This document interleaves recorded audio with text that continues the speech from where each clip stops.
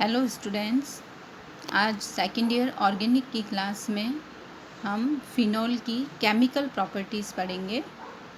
Phenol की chemical properties को 2 categories में डिवाइड किया गया है। इसकी एक प्रॉपर्टीज़ अल्कोहल से सिमिलर होती है तथा दूसरी जो प्रॉपर्टीज़ होती है वो अल्कोहल के नेचर से डिफरेंट होती है। सबसे पहले हम अल्कोहल से सिमिलरिटीज़ शो करने वाली केमिकल प्रॉपर्टीज़ देखेंगे। फर्स्ट इसमें हमारी रिएक्शन है।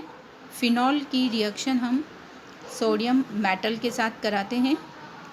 इसमें सोडियम मेटल जो है वो हाइड्रोजन को रिप्लेस कर देती है और हाइड्रोजन गैस के फॉर्म में रिमूव हो जाती है और सोडियम फिनॉक्साइड आयन इसमें बन जाता है।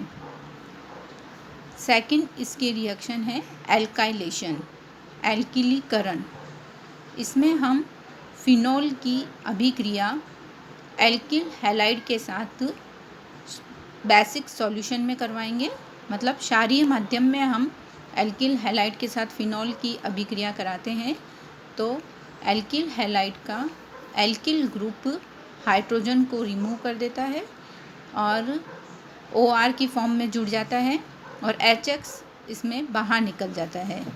इसमें एल्किल फिनॉक्साइड कंपाउंड बनता है।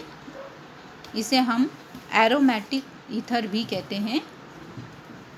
फिनॉल की नेक्स्ट रिएक्शन जो है वो हम फॉस्फोरस हैलाइड के साथ कराते हैं।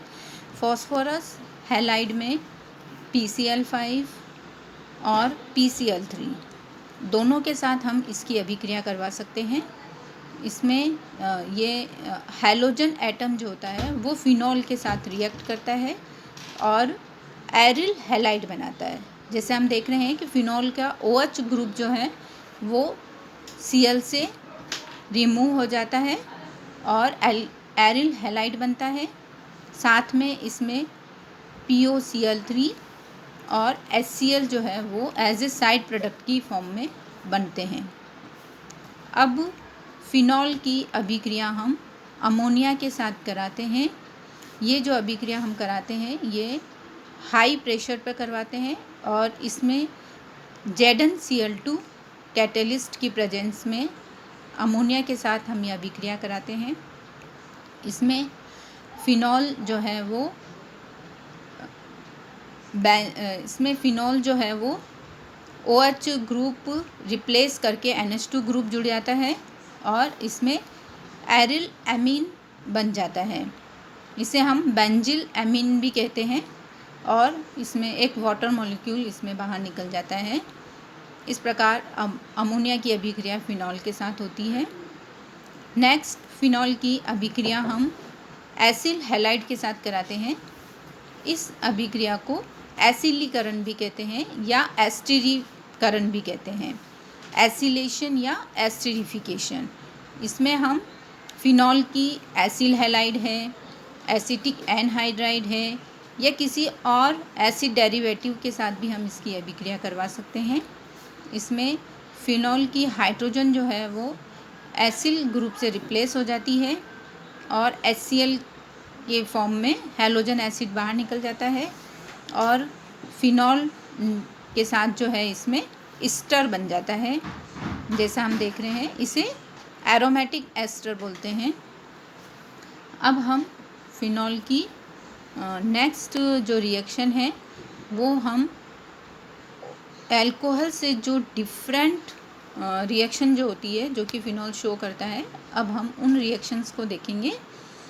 फिनॉल में जो OH ग्रुप होता है वो डायरेक्टली बेंजीन रिंग से अटैच होता है और बेंजीन रिंग जो होती है वो हाईली रिएक्टिव रिंग होती है।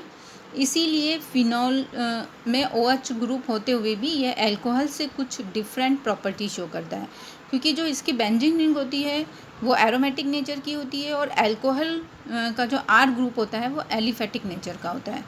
इस कारण फिनॉल की कुछ स्पेसिफिक रिएक्शन होती है और इन स्पेसिफिक रिएक्शन के बेस पर ही हम फिनॉल और अल्कोहल को डिफ्रेंशिएट कर सकते हैं। अब हम इसमें देखते हैं फिनॉल की FeCl3 के साथ रिएक्शन कराते हैं। फिनॉल का जो अल्कोहलिक सॉल्यूशन होता है उसकी हम FeCl3 के साथ जब रिएक्शन कराते हैं तो वो डार्क कलर में कन्वर्ट हो जाता है। उसका जो कलर है वो डार्क हो जाता है सॉल्यूशन का। अब हम फिनॉल का रिडक्शन कराते हैं। फिनॉल का जब रिडक्शन हम कैटेलिस्ट की प्रेजेंस में कराते हैं, MoO2 की प्रेजेंस में हम इसका रिडक्शन कराते हैं, तो फिनॉल से हाइड्रोजन वाटर मॉलिक्यूल बाहर निकल जाता है और बेंजीन रिंग बन जाती है। क्योंकि हम इसमें हाइड्रोजन से रिएक्शन करा रहे हैं, इसमें हाइड्रोजन जुड़ रही है, इसलिए इसको हम रिडक्शन अभिक्रिया बोलते हैं, अपचयन अभिक्रिया बोलते हैं। नेक्स्ट हम फिनॉल के जो एरोमेटिक रिंग होती है उसकी वजह से उसमें जो रिएक्शन होती है, due to aromatic ring phenol show some different reactions. वो रिएक्शंस हम देखेंगे इसकी केमिकल रिएक्शंस। एरोमेटिक रिंग की स्पेशलिटी होती है, एरोमेटिक कंपाउंड्स जो होते हैं वो specially electrophilic aromatic substitution reaction show करते हैं, मतलब इलेक्ट्रॉन स्नेही प्रतिस्थापन अभिक्रिया वो प्रदर्शित करते हैं। वो रिएक्शन हम फिनॉल के इसमें देखेंगे। फिनॉल की अभी हमने OH ग्रुप की रिएक्शंस देखी थी, अब हम इसके बेंजीन रिंग की रिएक्शंस देखेंगे। इसमें हम फिनॉल की अभिक्रिया में फर्स्ट हम देखते हैं नाइट्रेशन। फिनॉल की हम लो टेम्परेचर पर डाइल्यूट HNO3 के साथ इसकी अभिक्रिया हम कराते हैं, तो इसमें ऑर्थो एंड पेरा नाइट्रोफिनॉल बनता है। जैसा कि हम अभिक्रिया में देख रहे हैं, इसमें ऑर्थो और पेरा दोनों तरह के प्रोडक्ट इसमें बनते हैं। अगर हम फिनॉल की अभिक्रिया कंसनट्रेट H2SO4 या कंसनट्रेट HNO3 के साथ कराते हैं, अभी पहले जो हमने रिएक्शन कराई वो हमने डाइल्यूट HNO3 के साथ कराई थी, तो उसमें हमें एक मोनो सब्स्टिट्यूट प्रोडक्ट मिल रहा था, मतलब एक बेंजीन रिंग की ऑर्थो या पेरा पोजीशन पर इसका प्रतिस्थापन हो रहा था। लेकिन यदि हम इसकी अभिक्रिया कंसनट्रेट HNO3 और कंसनट्रेट H2SO4 के साथ कराते हैं तो इसमें हमें 2,4,6 ट्राई नाइट्रो फिनॉल कंपाउंड मिलता है। इसमें देखिए आप फिनॉल की ऑर्थो, दोनों ऑर्थो पोजीशन पर और पेरा पोजीशन पर नाइट्रो सब्स्टिट्यूशन होता है, इसे 2,4,6 ट्राई नाइट्रो फिनॉल बोलते हैं। इसमें पहले जो है अभिक्रिया में सल्फोनिक ग्रुप जुड़ता है कंसनट्रेट H2SO4 के कारण। फिर हम इसकी अभिक्रिया कंसनट्रेट HNO3 से कराते हैं, तो यहाँ पर 2,4,6 ट्राई नाइट्रो फिनॉल बन जाता है। इसकी हम इस अभिक्रिया की हम मैकेनिज़्म देखते हैं। इसकी मैकेनिज़्म में देखिए, पहले हम HNO2 नाइट्रस एसिड इसे हम बोलते हैं। HNO2 की अभिक्रिया जो होती है इसमें HNO3 के साथ होती है और इसमें nitrite ion NO3 minus ion जो है वो बाहर निकलता है और as a anion NO3 minus जो है वो एज ए एनायन की तरह बनता है। और फिर जो हमारा कैटायन जो यहाँ पर बना है वो cation H2O plus NO plus में टूट जाता है। NO प्लस को हम नाइट्रोसोनियम आयन बोलते हैं। ये जो नाइट्रोसोनियम आयन होता है ये इलेक्ट्रोफाइल कहलाता है, इलेक्ट्रॉन स्नेही अभिकर्मक कहलाता है।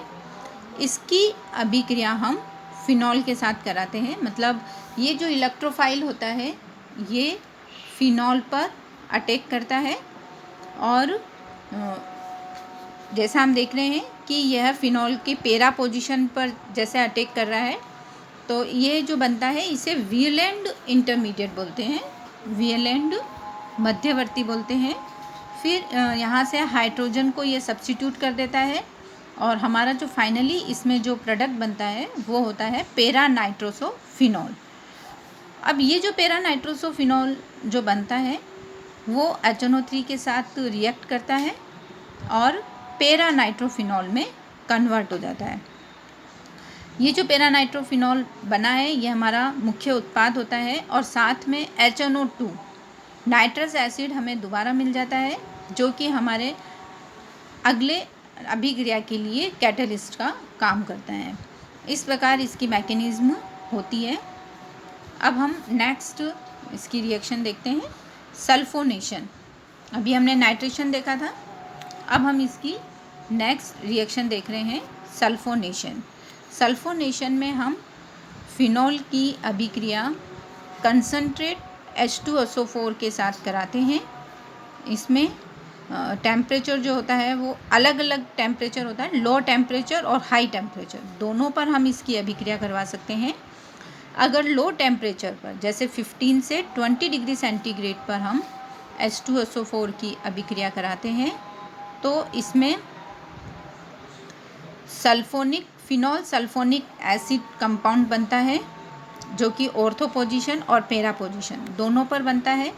सेम जो प्रोडक्ट होते हैं वो हाई टेम्परेचर पर अभिक्रिया कराने पर भी सेम ऑर्थो और पेरा प्रोडक्ट बनते हैं, लेकिन दोनों में डिफरेंस ये है कि अगर हम लो टेम्परेचर पर सल्फोनेशन करवा रहे हैं तो उसमें ऑर्थो प्रोडक्ट जो होता है वो मेजर प्रोडक्ट होता है, और अगर हम हाई टेम्परेचर पर इसकी सल्फोनेशन करवाते हैं तो उसमें पेरा प्रोडक्ट जो होता है वो मेजर प्रोडक्ट होता है। ये जो प्रोडक्ट की जो मेजर और माइनर जो क्वांटिटी है वो इनकी स्टेबिलिटी पर डिपेंड करती है। इस कारण इनके लो टेम्परेचर और हाई टेम्परेचर पे ये अलग अलग प्रोडक्ट जो है वो मेजर फॉर्म में बनते हैं। इसके बाद हम इसकी नेक्स्ट अभिक्रिया देखते हैं, हैलोजिनेशन। हैलोजिनेशन में हम, क्योंकि OH ग्रुप जो होता है बहुत ही एक्टिवेटिंग ग्रुप होता है, तो ये हैलोजन के साथ इजीली रिएक्ट कर लेता है, क्योंकि ये बेंजीन रिंग को इलेक्ट्रॉन न्यून कर देता है। इससे बेंजीन रिंग जो होती है बहुत ही एक्टिव बन जाती है। जब हम इसका हैलोजिनेशन कराते हैं Br2 की H2O की प्रेजेंस में, जब हम इसका हैलोजिनेशन कराते हैं तो फिनॉल जो है वो 2,4,6 ट्राइब्रोमोफिनॉल कंपाउंड बनाता है। अगर यही अभिक्रिया हम किसी डीएक्टिवेटिंग ग्रुप की प्रेजेंस में कराते हैं, जैसे कि COH ग्रुप हम इसके ऑर्थो पोजीशन पर लगा देते हैं तो भी फिनॉल इसमें COH ग्रुप को भी रिप्लेस कर देता है, CO2 की फॉर्म में बाहर निकाल देता है, और इसमें भी हमें 2,4,6 टाइनाइट्रोफिनॉल हमें इसमें मिल जाता है। अब हम इसकी नेक्स्ट अभिक्रिया देखते हैं, फ्रीडेल-कॉफ्ट एल्काइलेशन। फ्रीडेल-कॉफ्ट अभिक्रिया जो होती है वो बहुत ही मेन रिएक्शन है, ये बहुत ही इम्पोर्टेंट रिएक्शन है हमारे लिए। इसमें हम इसका एल्काइलेशन और एसिलाइजेशन दोनों करवा सकते हैं। इसकी हम एल्किलीकरण अभिक्रिया देखते हैं। इसमें फिनॉल की जब हम एल्किल हैलाइड के साथ इसकी रिएक्शन कराते हैं AlCl3 की प्रेजेंस में, इसमें लुईस एसिड जो होता है वो एज ए कैटलिस्ट की तरह काम में लिया जाता है, उसकी प्रेजेंस होना ज़रूरी है। लुईस एसिड AlCl3 FeCl3 इनकी प्रेजेंस में हम एल्किल हैलाइड के साथ फिनॉल की अभिक्रिया कराते हैं तो हमें इसमें ऑर्थो एल्किल फिनॉल व पेरा एल्किल फिनॉल दोनों कंपाउंड हमें इसमें मिलते हैं। देखिए इसमें एल्काइलेशन में इसमें हम देख रहे हैं कि लुईस एसिड के साथ इसकी अभिक्रिया कराने पर इसमें ऑर्थो और पेरा दोनों पोजीशन पर इसमें एल्काइलेशन हो रहा है, एल्किल ग्रुप जुड़ रहा है, इसीलिए इसको एल्काइलेशन, फ्रीडेल-कॉफ्ट एल्काइलेशन अभिक्रिया बोलते हैं। ओके।